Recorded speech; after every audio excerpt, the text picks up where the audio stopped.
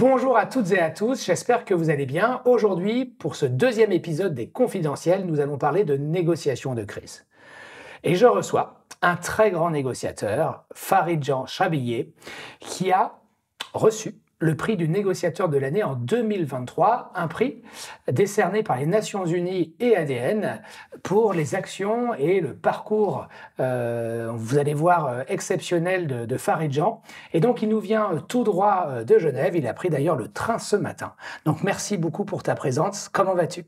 Merci à toi, Marouane. Je vais très bien. Merci beaucoup. Très, très bien. Écoute, toujours un plaisir de venir à Paris et aussi de te voir de nouveau. C'est gentil. C'est très, très gentil. Alors, les gens te connaissent peut-être peu parce que je sais que tu as un métier de l'ombre, comme beaucoup de négociateurs. Tu es libanais, tu es humanitaire. Tu es négociateur. Donc, si tu pouvais te présenter, voilà, pour que même si moi je te connais un peu, je suis sûr que j'ai beaucoup de choses à découvrir à ton sujet. Bon, merci pour cette opportunité. Exactement comme tu as dit, c'est un métier de l'ombre. On le fait toujours en secret. Heureusement, ça s'est terminé avec le prix. J'avais plus le choix, en fait. Plus le choix. Non, mais en gros, ça c'est bien parce qu'on va parler, comme tu as dit, des négociations. Et bon, je vais commencer par me présenter. Je m'appelle Farid. Mon papa, il s'appelle Jean. C'est pour ça Farid-Jan Chabié. Je suis marié et j'ai un petit enfant de 1 an et demi. D'accord, félicitations. Merci beaucoup. Alors, ça, c'est pourquoi je suis en France, en fait. D'accord. Pourquoi je me suis installé ici. Mais avant ça, je suis dans l'humanitaire depuis 18 ans. 18 ans, d'accord. Oui. Ça a commencé par hasard. Alors, on va raconter un peu cette histoire. Mais en gros, j'ai commencé ma carrière au Liban, dans une crise, pendant la guerre de 2006. D'accord, donc toi, tu es né au Liban? Oui, je suis né au Liban et j'ai vécu toute ma vie au Liban. Et donc, tu as vécu toute la guerre? Toute la guerre, depuis 1982. Alors, la première, mais quelle guerre? Alors, oui. Ça, il faut préciser. La guerre civile. Alors, moi, j'ai de 75 à 1991. Oui. Voilà. Parce que moi, j'ai connu la guerre en 75 quand elle a démarré. Mais après, effectivement, il y a eu une succession de guerres qui fait que tout s'est clôturé vers les années 91. Alors, depuis 1982, j'ai vécu toutes les guerres qui ont été comme enfant, jeune, adolescent.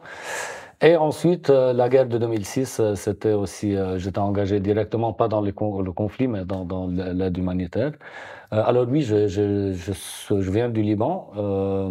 J'ai étudié, j'ai une licence en sciences politiques et en relations internationales. Et aussi, j'ai fait des études de droit en parallèle, mais j'ai laissé les études de droit à 3e année pour le boulot, à cause de raisons pour le boulot. Et ensuite, je me suis lancé dans ce domaine. D'accord.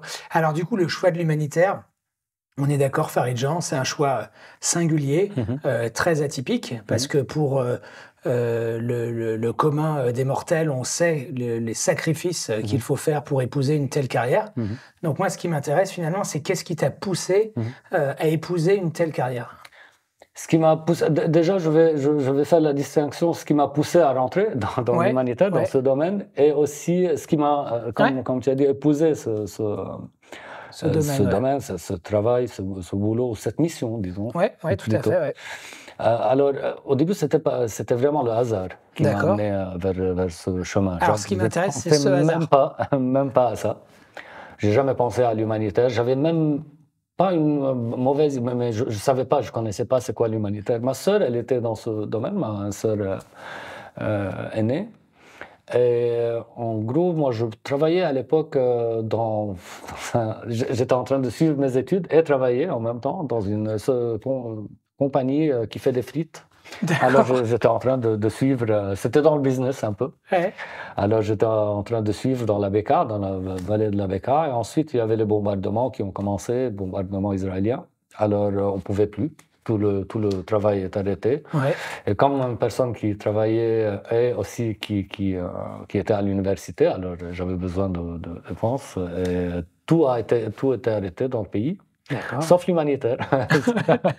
Et alors, on m'a donné une opportunité de rentrer dans une organisation, c'était Mercy Corps à l'époque.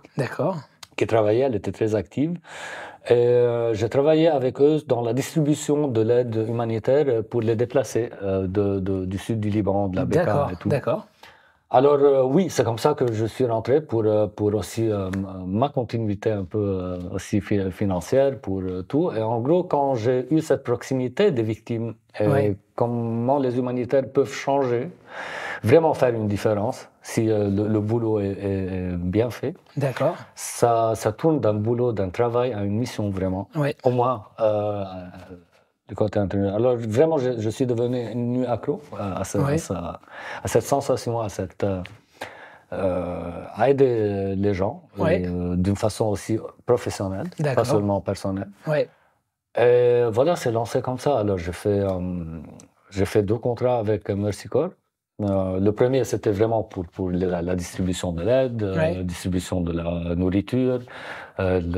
J'étais nouveau, vraiment dans... Et tu n'as pas eu peur au départ, parce que tu parlais de bombardement, effectivement, dans le sud Liban. Quand on t'a dit, ou bien quand tu t'es senti investi de cette mission, tu t'es retrouvé au contact des victimes. Là, encore une fois, là, tout ça était très dangereux. Comment toi, tu as vécu tout ça? J'ai toujours peur dans le conflit. J'ai toujours peur. C'est pour ça que je suis toujours vivant. Après tout le boulot que j'ai fait, on peut mentionner quelques épisodes maintenant dans des événements. Mais en gros, oui, j'ai peur. Tout le temps, j'ai peur. Surtout quand on grandit dans une guerre. Je pense, moi, je ne suis pas d'accord avec cette perception que vous avez grandi dans la guerre, alors vous n'avez pas peur, vous pouvez aller dans l'humanitaire. Non, au contraire, ceux qui ont vécu la guerre, ils ont peur.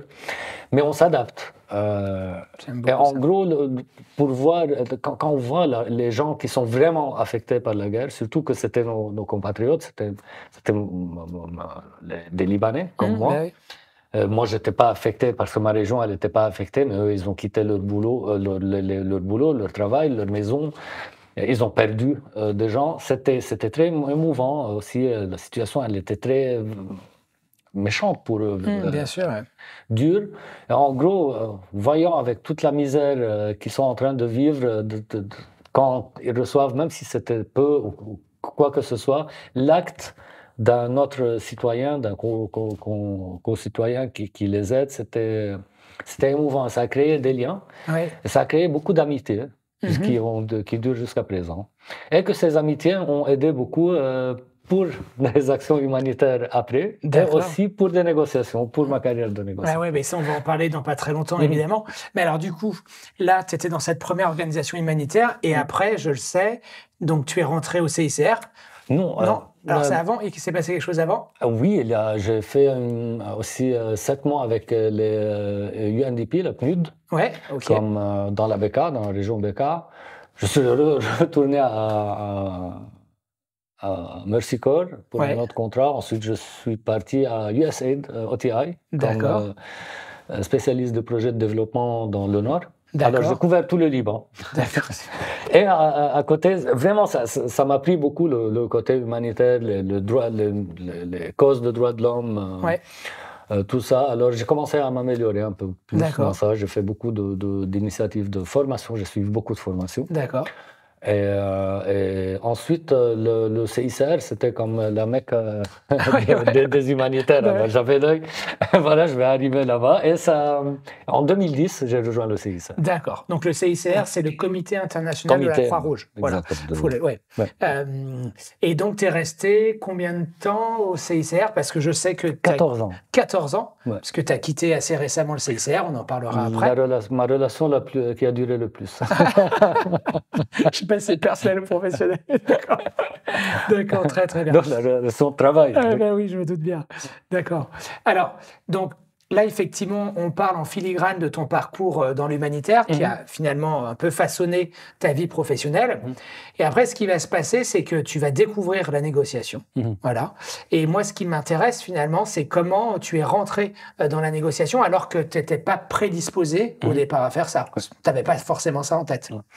Comme si tu te souviens, dans mon petit discours que j'ai fait pendant la remise du prix. Oui, aux Nations Unies, oui. C'est vraiment, il faut qu'on fasse la différence entre un négociateur et un négociateur professionnel. Parce qu'il y a des négociateurs, on est tous des négociateurs dans tout. Et dans mon boulot, les négociations ont commencé avant Ouais. Mais je ne savais pas. Je ne savais pas que c'était vraiment la négociation. Parce qu'avec, par exemple, au Liban, c'était après la guerre, c'était aussi pour faire entrer des organisations internationales dans des régions qui ne sont pas trop ouvertes à ces organisations. Ils ont des questions et tout. Alors ça, c'était des négociations d'accès, c'était mon boulot. Ouais. Le titre était différent. Oui, je vois. En gros, le boulot consistait de négociation. On a quoi d'autre? Il y avait aussi au PNUD, il y avait beaucoup de négociations sur les projets de développement. Avec aussi OTI et USAID, c'était aussi comme ça. Avec le CICR aussi, c'était de la négociation. Surtout que j'étais au début un délégué protection, un délégué de détention. Alors, je faisais des visites dans les prisons, le travail du CICR. Alors, oui, la base, c'était toujours des négociations. Parce que tu gérais du conflit et des différends au quotidien. Exactement. Ouais. Mais on ne disait pas que j'étais un négociateur professionnel, mais la négociation dans l'humanitaire, en fait, la négociation et la communication, c'est vraiment la base de tous les projets. Alors maintenant, professionnaliser ça c'est une autre chose. Et donc, ce qui m'intéresse, c'est que je sais que tu as contribué à professionnaliser tout ça. Donc, comment tu es arrivé là-dedans, alors, sur la professionnalisation? Bon, déjà, parce que j'ai fait plusieurs types de négociations, surtout quand on commence à un peu évoluer dans notre carrière. La négociation commence à être plus... nécessite plus de professionnalisation de la personne qui l'a fait. Alors là, on commençait à suivre des formations où la négociation était plus présente. Ouais, plus structurée peut-être. De plus en plus, oui, exactement. Alors même les cours qu'on faisait, les formations qu'on recevait, il y avait la négociation qui apparaît de plus en plus. Communication, négociation, communication. Alors, ensuite, il y a eu des événements où ça a complètement pris une autre direction. Et surtout sur... j'ai des compétences et des formations et des expériences dans beaucoup de négociations complexes, comme les négociations d'accès, des négociations pas diplomatiques, mais avec des diplomates, avec tout, qui sont plus ou moins la diplomatie humanitaire, qui consiste de négociations. Et ensuite, je me suis spécialisé en négociation d'incidents critiques, surtout en négociation de crise d'otages. D'accord. Donc, critical incidents, c'est tout ce qui est négociation de prise d'otage. D'accord. Et là, du coup, il y a une cellule qui va être montée. Comment ça va se passer, en fait? Est-ce que, du coup, ça va être structuré dans l'ombre ou est-ce que ça va être plutôt officiel? Non, c'est comme la majorité des organisations. Bon, on ne peut pas trop parler de trucs qui sont spécifiques. Bien sûr, après, je veux que tu sois à l'aise, hein, évidemment. Et puis, ce que vous ayez en tête, c'est que Jean-Farid a géré des situations très, très, très, très, très sensibles. Le but, évidemment, c'est qu'il puisse partager avec nous ce qu'il est capable de faire, ce qu'il peut faire. Donc, c'est pour ça qu'il y a des points également qu'on mettra volontairement de côté. Donc, c'est pour ça, si tu es mal à l'aise sur certains points, c'est ça. Le système, il y a un système dans toutes les organisations, comme dans les entités, un peu comme dans les gouvernements, c'est des cellules de crise ou des équipes de gestion de crise qui se mettent en place. Et dans l'humanitaire, en fait, la majorité... Bon, ça c'est aussi mon analyse, mon interprétation que j'ai partagée professionnellement aussi avec pendant mon parcours. On faisait un peu ça d'une façon un peu... déstructurée. Oui, non, structurée, mais un peu moins professionnalisée parce qu'en fait, les humanitaires... Pourtant, il y avait des incidents qui étaient très mauvais, mais quand les humanitaires sont enlevés, c'était un peu moins compliqué que après les événements de 11 septembre, où il y a eu, ça a un peu évolué d'un côté, et la professionnalisation était nécessaire dans tous les domaines. Alors, ça, c'était un des projets que je travaillais au CICR beaucoup avec mes chefs, avec mes collègues. Et on a pu créer l'équipe de négociation de crise d'otages. D'accord. Et c'est là où on s'est rencontrés indirectement après, sans que je le sache. Oui. C'était à peu près cette période-là. Je t'ai fait souvenir de ça. Mais oui, c'était drôle en fait. C'était avec tu donnais une... Ouais, c'était un workshop que j'animais pour le CCHN, CCHN, le Centre de compétences de négociation humanitaire. Ouais, Et on exactement. avait justement, à partir d'un cas réel, on avait recréé un cas sur négociation C'est vrai. d'un otage humanitaire Oui, et c'est comment vrai. en fait gérer tout ça. Exact. Et donc du coup, tu t'étais inscrit, je crois savoir, Oui. c'est ça, Oui. avec des membres de Mon l'équipe. chef m'a demandé de s'inscrire avec les membres de l'équipe, oui, quelques membres de l'équipe. D'accord, effectivement. Et là, on ne se connaissait pas à l'époque. Non, mais on a eu un débat, moi je me souviens. Ouais. On a eu un débat dans ce workshop. Et la deuxième fois, c'était la première fois qu'on se rencontre, on a eu un débat. La deuxième fois, tu m'as donné un prix. Alors, il faut débattre avec toi plus souvent. Oui, parce qu'effectivement, c'est quand on a remis à Faridjan le prix du négociateur de l'année en 2023, donc c'est-à-dire il y a moins d'un an, au Palais des Nations Unies, notamment pour tout son parcours et puis ses négociations. Je te fais souvenir qu'on s'est rencontrés qu'on était dans le workshop que tu modérais pendant la remise de prix aux ONU. Ah oui, exactement, c'est vrai, Oui. c'était drôle. Et donc du coup, effectivement, toi, tu vas te spécialiser. Alors évidemment, tu m'interromps hein, si j'utilise pas forcément les bons termes hein, sur la négociation de crise. Voilà. Donc ça, c'est quand vers 2018, 2013. 2013, ah oui, c'était mon premier cas. D'accord. Voilà. 2013, voilà. Et puis après, effectivement, tu vas plutôt te spécialiser là-dedans, c'est ça? Oui. Ouais, d'accord. Bon, c'était un cas qui n'était pas interne dans mon organisation, mais où on était impliqué. Et je me souviens, c'était intéressant parce que c'était un cas réussi. Et mon mentor à l'époque, qui est devenu mon mentor, qui était dans les ONU, en fait. Ouais. Et il m'a dit que tu as beaucoup ça se voit, il y a des compétences, etc. Ça a été un très bon cas, ça a réussi, mais tu as fait tout faux. Alors, il faut dans les négociations, il faut être formé. Alors voilà, pour cadrer. C'est vraiment les négociations de crise et des incidents critiques. Il y a beaucoup de domaines où on peut être spécialisé ou devenir des spécialistes, des experts par l'expérience, ou bien devenir des conseillers ou même aussi des spécialistes académiquement. Mais la négociation a besoin de ces deux piliers, la formation, les études, la lecture, tout ça, et aussi l'expérience. Bien sûr. C'est rare, vraiment. Bien sûr. Et je te rejoins à 100%. Souvent, je dis que pour être un très bon négociateur, il faut avoir deux jambes très solides, l'expérience et l'expertise. Voilà.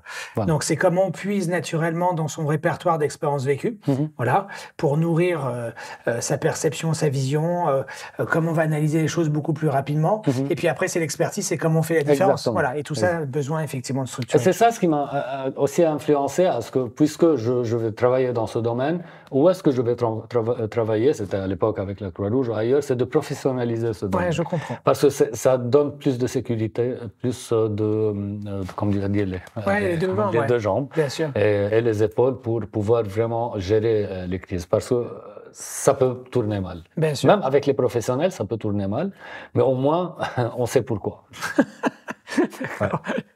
Ce que j'aime chez toi, c'est ton humilité. C'est fou parce que quand je vois le parcours, même si on le découvre, je dirais en filigrane, hein, c'est justement la solidité, l'humilité que tu as gardée et qui sont nécessaires dans ce métier. Je sais bien, mais merci pour ça. Non, mais c'est vrai, mais tu n'es pas du genre à te répandre sur ces sujets-là. Merci pour ça, mais ça, je pense que je te l'ai mentionné une fois, c'est ce que la négociation, surtout la négociation complexe, critique, m'a appris pour spécialiser là-dedans. C'est ce que je transmets quand je donne des formations. Tu me rejoins sur ça. Il faut prendre son boulot trop au sérieux, mais il ne faut pas qu'on se prenne au sérieux. J'adore cette phrase. Exactement. Prenez la tâche au sérieux, mais vous ne prenez pas trop au sérieux. Parce que là, l'arrogance, l'ego, c'est destructif. Ouais, on est d'accord. Alors du coup, est-ce qu'il y a une négociation de crise que tu pourrais partager avec nous? Alors je sais, compte tenu de nos métiers respectifs, beaucoup restent sous le sceau de la confidentialité pour des raisons évidentes.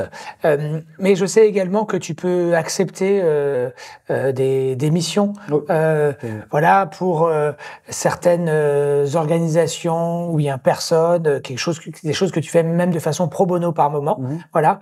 Est-ce que du coup y a une négociation de crise que tu pourrais justement partager avec nous, sans évidemment citer quoi que ce soit pour préserver l'anonymat de chacun. Bon, oui, j'ai fait beaucoup de négociations, différentes négociations, pas seulement de négociations de crise, des négociations d'accès, ce sont des négociations difficiles avec des collègues.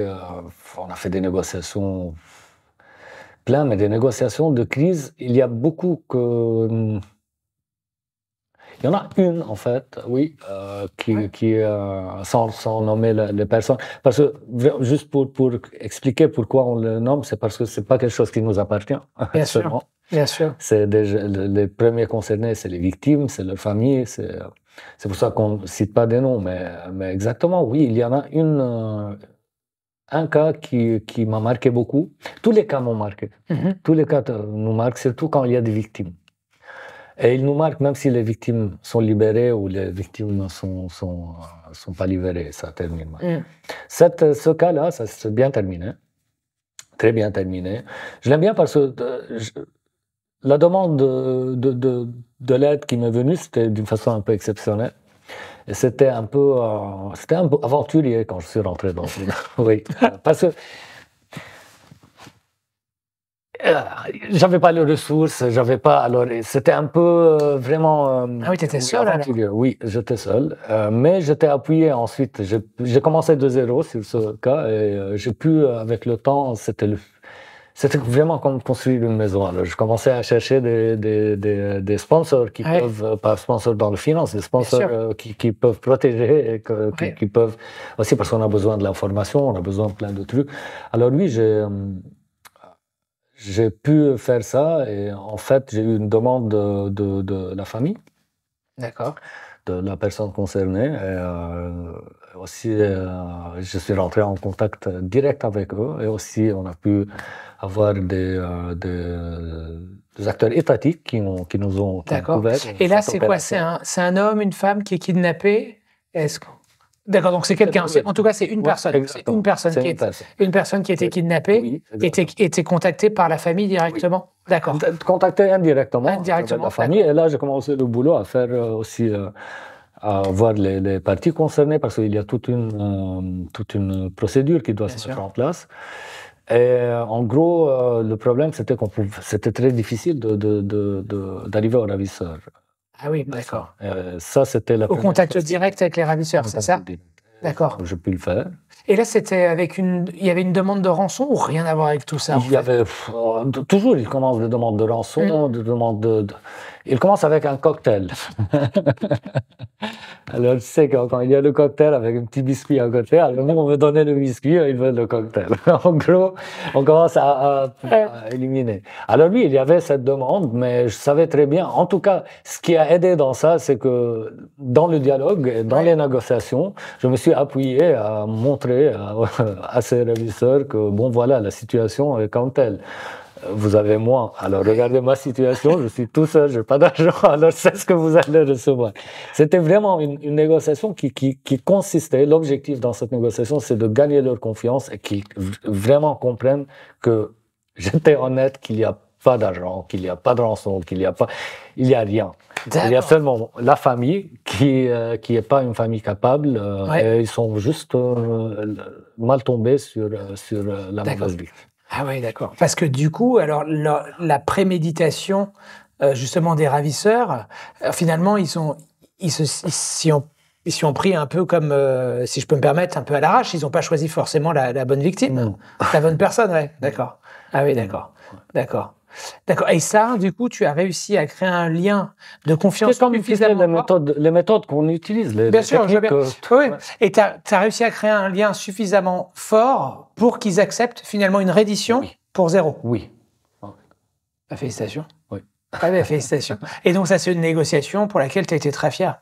J'étais très fier, et surtout que j'étais très fier parce que aussi l'aspect personnel c'était fort parce que quand on est dans une organisation, quand on représente une organisation, on a une machine, c'est fort et ça protège, ça donne de la protection. Bien sûr. Alors même le stress est toujours là. Bien sûr. Il faut faire attention. Mais en gros, il y a des, comment on dit,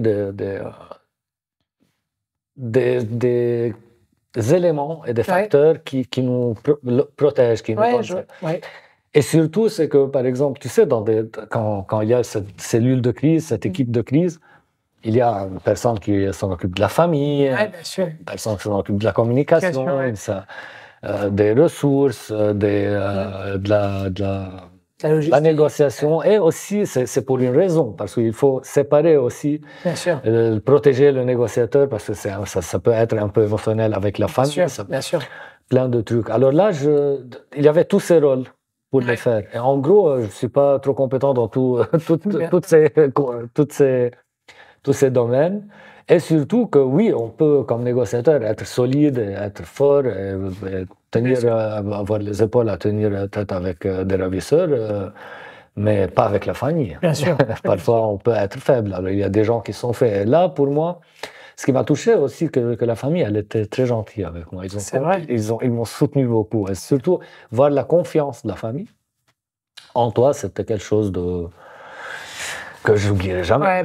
J'imagine. Oui. Et c'est ce qui m'a donné la force, parce que je n'ai pas senti que, même quand il me sentait qu'il y a des complications, parce que je ne pouvais pas partager avec eux aussi tout, pour les protéger et pour ne pas rentrer dans des chemins qui sont forts. Mais je me souviens là qu'ils ont accepté, et c'est ce qui a aussi accéléré la libération. La libération, c'est qu'ils ont accepté d'envoyer une vidéo pour ma demande. Et ça a créé aussi, on était dans la partie de l'influence et dans le changement de comportement. Ouais, je vois, félicitations. Mais ça s'est produit à cause de la confiance. Et la confiance, elle s'est établie en vraiment juste le temps. Temps à être sur la même... sur la même ligne. Oui, bien sûr. Parce que honnêtement, pas seulement, Marouane, c'était une question de technique. C'était une question vraiment que j'étais aussi coincé qu'eux, parce que vraiment c'était ça. Il n'y avait rien.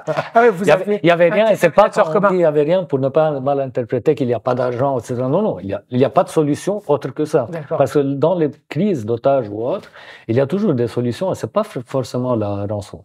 C'est pas Netflix. Bien sûr. Et toi, tu sais ça. Oui, bien sûr. Et en plus, ton point, il est très intéressant, c'est que c'est l'embrasement psychologique et émotionnel, parce que là, comme tu le disais, quand tu as affaire à la fois au ravisseur et puis à la famille, c'est évident que le risque, c'est de souffrir de débordement émotionnel, parce que d'un côté, tu tiens d'un bras, effectivement, à sa famille qui repose tous ses espoirs en toi, et le fait de gérer les ravisseurs avec cette pression qui est involontaire, mais qui est existante.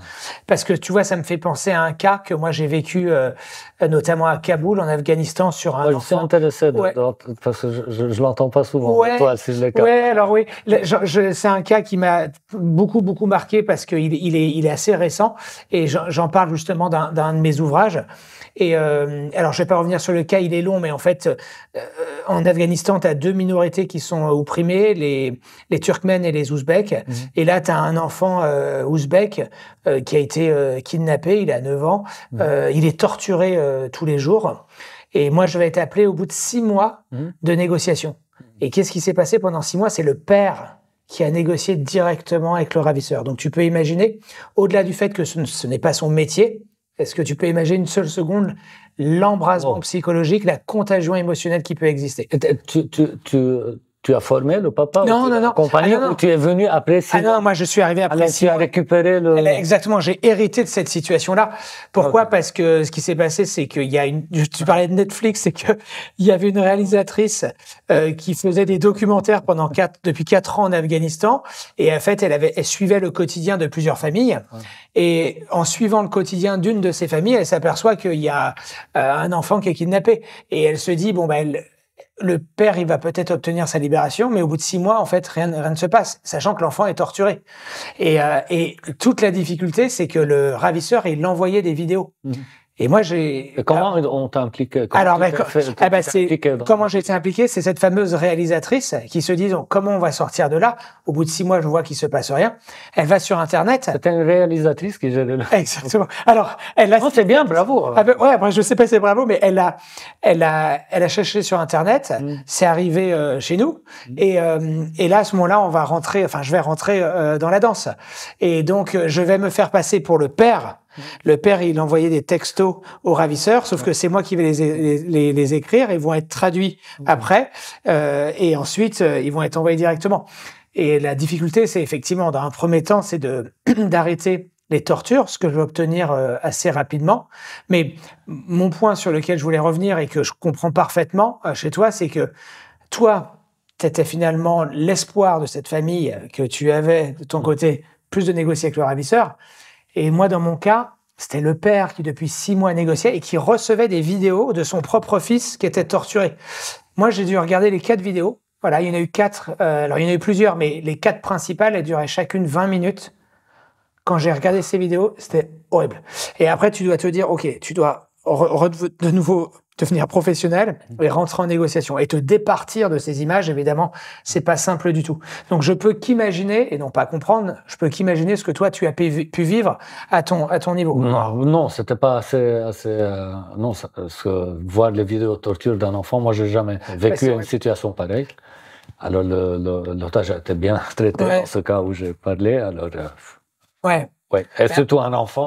Ouais, c'est pire que tout, un enfant. Un enfant, c'est pire que tout. Après, tu as visité des prisons, donc je sais pas si je ferais ça non plus. Oui, non, ça, on peut pas parler, mais oui, c'est difficile, certainement. Mais pas des enfants. J'ai pas vu des enfants. Je veux pas apporter des choses. J'ai jamais vu des enfants torturés. Je veux pas voir. Et personne ne veut le voir. Et moi, tu sais, juste c'est intéressant, tu as négocié par message. Exactement. Tu trouves une différence entre négocier à travers des messages rien à voir. En fait, moi, je me sers beaucoup des ressorts psychologiques pour induire le changement chez quelqu'un et rentrer dans sa tête. Et donc, ma spécialité, ça a toujours été les techniques d'influence avancées. Et alors, moi, j'avais une double contrainte, si on parle de ce cas-là, c'est que déjà, ce que je dis est traduit. Je peux pas vérifier la traduction parce que je parle pas pachto. Donc, du coup, une des langues officielles de l'Afghanistan. Et puis après, par SMS, enfin, ou bien pas ne serait-ce que par message électronique, tu as tout je dirais, tout ce qui fait le corps du message, voilà, et puis tous les éléments externes qui sont perdus. Et donc oui, j'aime pas du tout. Moi, je préfère être au contact physique ou au téléphone. Ouais. C'est intéressant parce que sur ce cas-là que je t'ai dit, ça a commencé avec des messages. En fait. Ah oui. Ensuite, on est passé sur des échanges. Moi, le chef du groupe qui a enlevé la personne. Ça a duré 18 mois, c'était long. 18 mois. Ah oui. J'ai fait de plus long que ça, mais celle-là, c'était 18 mois. Full, tout le temps, avec lui. Mais en gros, ensuite, on est passé à des échanges de messages vocaux. Ah oui. Mais c'était impressionnant sur ça. Aussi, une autre chose qui était impressionnante et qui m'a marqué dans ça, c'était les compétences de négociation de ce preneur d'otage. Ah oui? Ah oui. Il était bon? Ouais, il utilisait parfaitement les techniques de négociation qu'on faisait.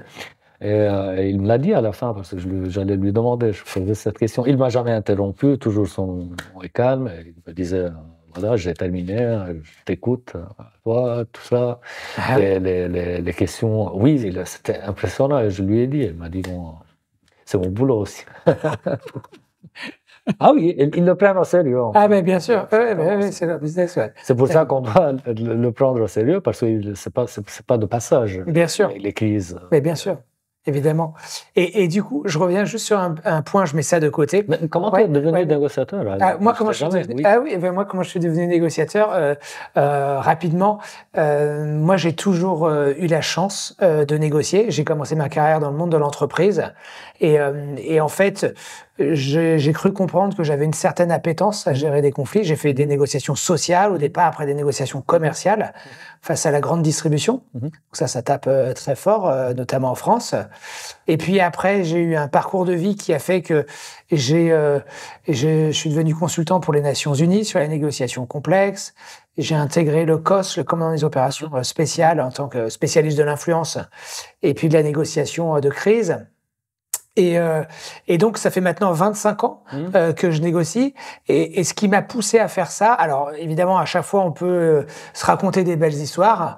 Je pense que d'où je viens également m'a aidé. Mon père également nous a sauvés du peloton d'exécution le 6 décembre 75 à Beyrouth. Ouais, et on était effectivement les seuls survivants. Et mon père a négocié notre libération. Il m'a raconté cette histoire et je pense quelque part ça... tu vois, on va dire, ça a nourri quelque chose en moi et que j'ai développé par la suite. Et je pense qu'en fait, c'est comme toi, en fait. Tu aimes ça ou tu n'aimes pas ça.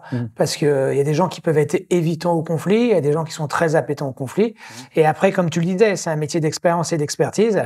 Et moi, pendant toute ma vie, j'ai tenté de développer une expertise assez pointue. D'accord, notamment pour faire la différence quand des personnes avaient échoué avant moi. Je dis pas que j'étais meilleur qu'elles ou quoi que ce soit, encore une fois, mais dans des situations où tu as un rapport de force complètement défavorable, comme tu connais très très bien, quand il reste très peu d'espoir, si tu n'as pas les compétences, les ressources, les moyens psychologiques pour faire la différence, évidemment, tu sais que tu vas échouer.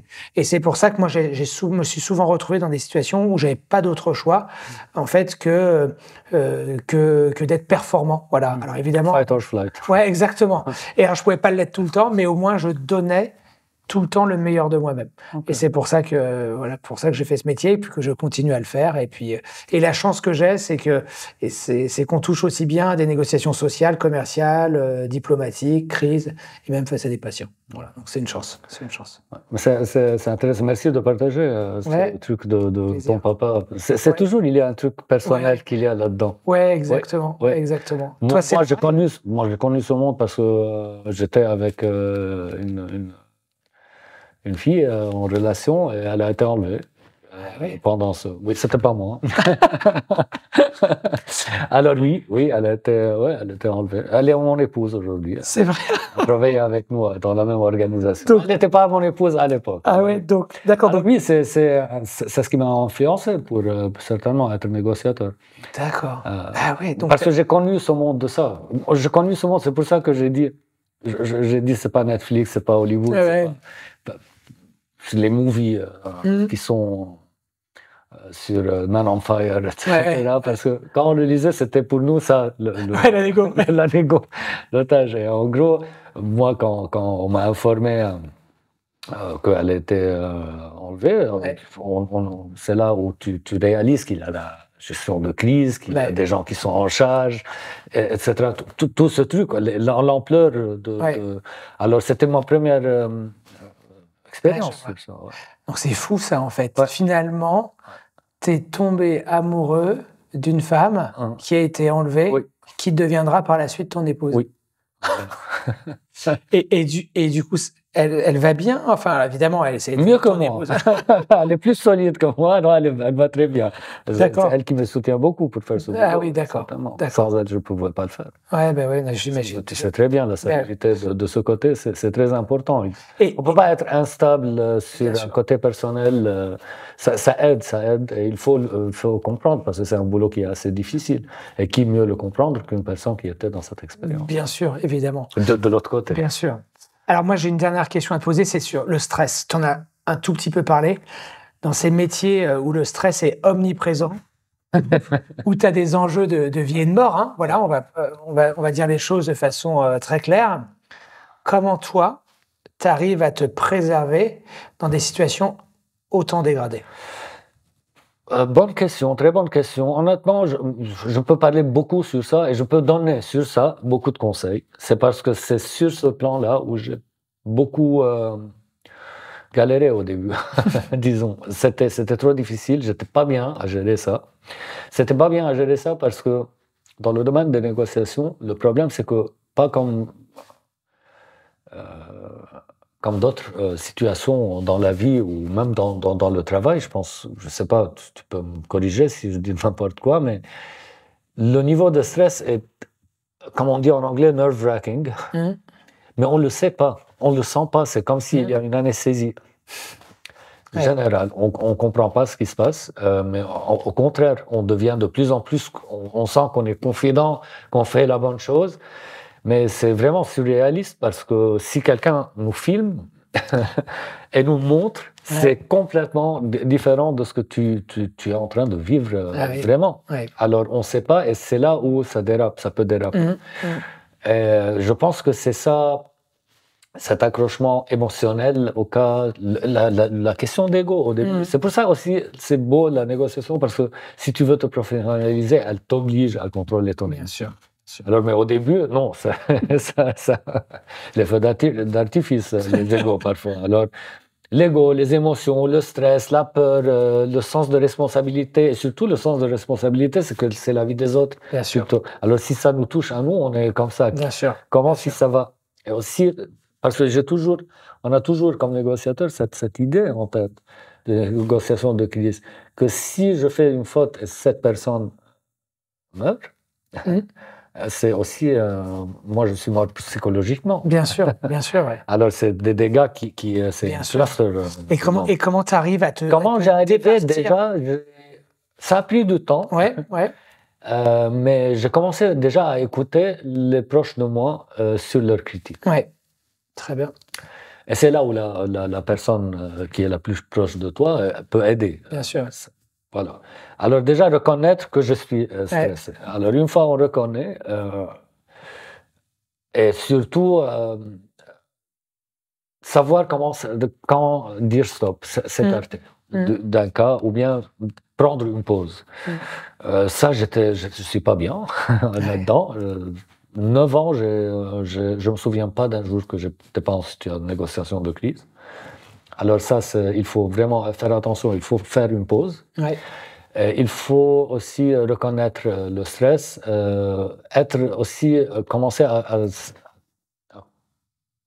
identifier en soi-même les signes d'alarme.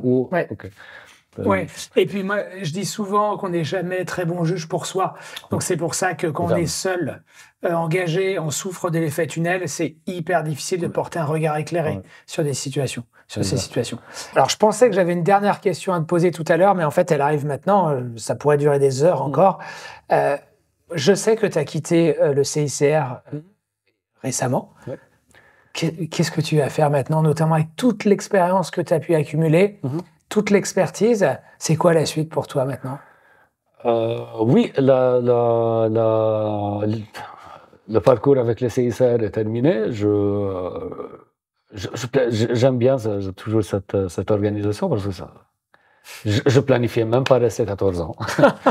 Et en gros, j'avais des projets en tête qui étaient en cours depuis un petit moment. Et voilà, j'ai pris le pas de les commencer.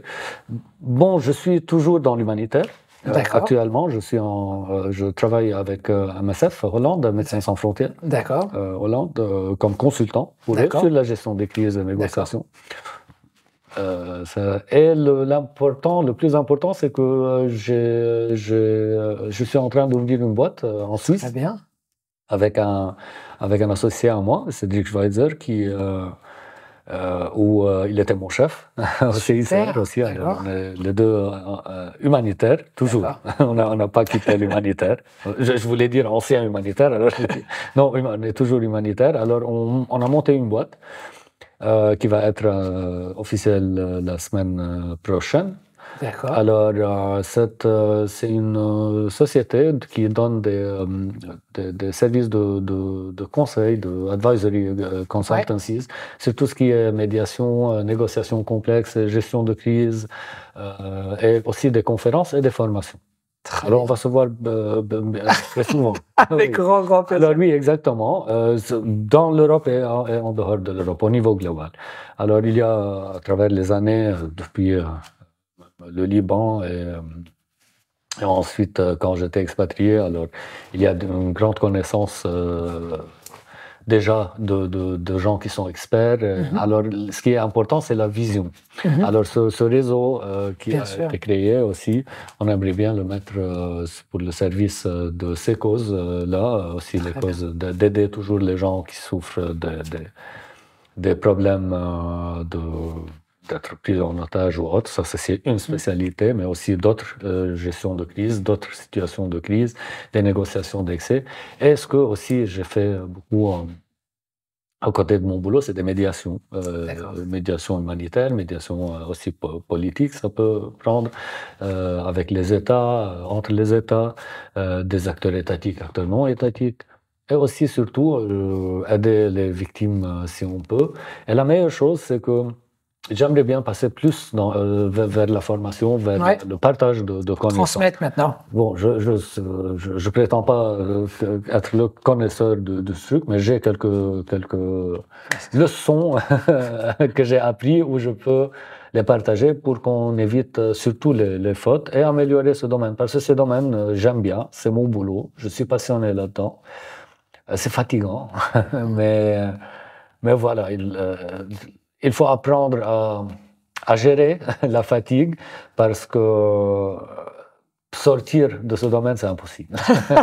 Alors voilà, j'ai appris ça et c'est une des formations que je vais donner. Alors oui, c'est une société qui donne des formations et aussi qui s'engage directement sur plusieurs négociations commerciales aussi, ce qui est un peu nouveau. Pas nouveau, je retourne aussi sur l'ancien, mais on mettrait surtout le poids sur ce que j'ai appris. Ouais. Très bien. Sortir, c'est impossible, j'aime bien. On va finir sur cette conclusion. Exactement. Farid Jean, merci beaucoup du fond du cœur, c'était passionnant. Merci pour ce partage. Merci d'être venu jusqu'à nous parce que tu viens directement de Genève. Est-ce que tu as une dernière petite chose à ajouter ? Merci à toi, merci à toute l'équipe ADN et merci aux auditeurs de Confidentiel. Et voilà, notre troisième, c'était un épisode. Exactement. La première, c'était débat, prix et épisode. Alors c'est toujours avec toi intéressant, alors j'espère la quatrième, on verra avec Marouane. Merci beaucoup. Merci beaucoup. Merci à tous et à toutes et au plaisir de se revoir pour un prochain épisode. À très vite.